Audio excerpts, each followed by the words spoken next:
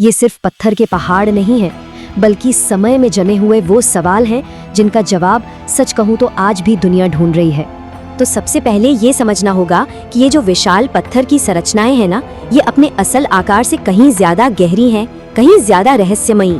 जरा सोचकर देखिए, आप उस विशाल रेगिस्तान के बीचों बीच खड़े हैं, सामने वो विशाल पिरामिड्स हैं, बाहर से एकदम शांत, एकदम स्थिर, पर यकीन मानिए इनकी यही खामोशी सबसे ज्यादा शोर करती है।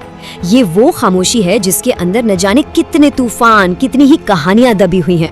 अब इन सभी रहस्यों में से एक सवाल ऐसा है जो सबसे बड़ा है, सबसे मजबूत, और उसे ना बड़े बड़े दिमागों को भी चक्कर में डाल दिया है। हाँ, यही वो सवाल है, आखिर इन्हें बनाया कैसे गया? सोचिए जरा, गीजा के ग्रेट पिरामिड में 20 लाख से भी ज्यादा पत्थर के ब्लॉक्स लगे हैं और कुछ का वजन तो 80 टन तक है। उस जमाने में बिना किसी मॉडर्न मशीन के इन पत्थरों को इतनी सटीकता से काटना, ढोना और एक के ऊपर एक रखना, ये इंजीनियरिंग का शायद सबसे बड़ा अनसुलझा रहस्य है। अच्छा, तो ये तो हुई बाहर की बनावट की बात। अब जरा अंदर चले, क्योंकि असली खेल तो इन मोटी दीवारों के पीछे है, जहां अंधेरे में न जाने क्या क्या छिपा है। सदियों से ये कहानियां चलती आ रही हैं कि इन पिरामिडों के अंदर गुप्त रास्ते हैं, छिपे हुए कमरे हैं, और मजे की बात ये है कि अब जो हमारी मॉडर्न स्कैनिंग टेक्नोलॉजी है ना, वो भी इशारा कर रही है कि हाँ, अंदर कुछ खाली जगह तो हैं जिनके बारे में हमें कुछ नहीं पता। तो क्या ये वही छिपे हुए कमरे हैं जिनकी बातें होती आई हैं?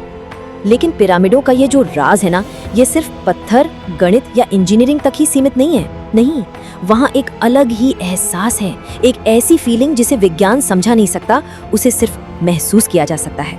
कल्पना कीजिए, रेगिस्तान में सूरज डूब रहा है, चारों तरफ एक अजीब सी गहरी शांति छारी है, और तभी आपको महसूस होता है जैसे ये पत्थर की बेजान दीवारें जिंदा हो गई हैं, जैसे कोई बहुत पुरानी, कोई अनदेखी ताकत इन दीवारों के पीछे से आपको देख रही है, जाग रही है। ये सिर्फ कोरी कल्पना नहीं, बल्कि वो अनुभव है जो वहाँ जाने वाले कई लोग बताते हैं।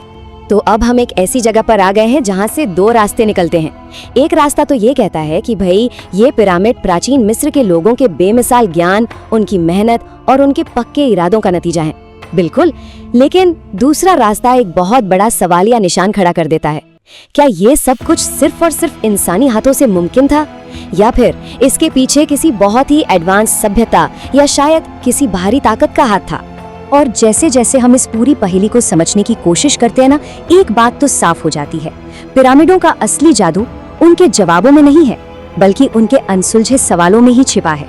और ये एहसास कितना कमाल का है कि जब कोई उन विशाल ढांचों के पास खड़ा होता है तो ऐसा लगता है जैसे वक्त ही थम गया हो, जैसे इतिहास खुद कानों में फुसफुसा रहा हो, अपनी एक ऐसी कहानी सुना रहा हो जो अब तक पूरी नहीं हुई है। तो हम आज की इस बातचीत को इसी एक गहरे सवाल पर छोड़ते हैं। क्या हम कभी इन पिरामिडों के हर एक राज को सुलझा पाएंगे? क्या इतिहास कभी अपनी ये अधूरी कहानी पूरी करेगा, या फिर ये रहस्य हमेशा हमेशा के लिए समय की गहराइयों में एक पहेली ही बनकर रह जाएगा?